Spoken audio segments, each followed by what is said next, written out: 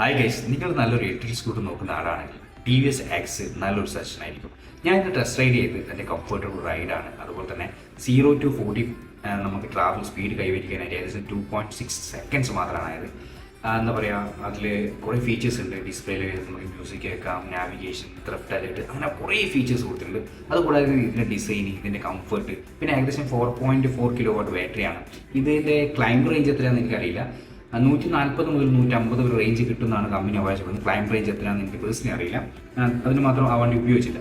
പിന്നെ ഉള്ളത് എനിക്ക് പേഴ്സണലി പറയുന്നത് 0-40% സ്പീഡ് കൈവരിക്കാനായിട്ട് എനിക്ക് ഏകദേശം 2.6 സെക്കൻഡ്സ് മാത്രമാണ്. അപ്പോൾ നിങ്ങൾ ആ വണ്ടീൻ്റെ പെർഫോമൻസ് ലെവൽ കണ്ടിട്ടുണ്ടാവല്ലോ.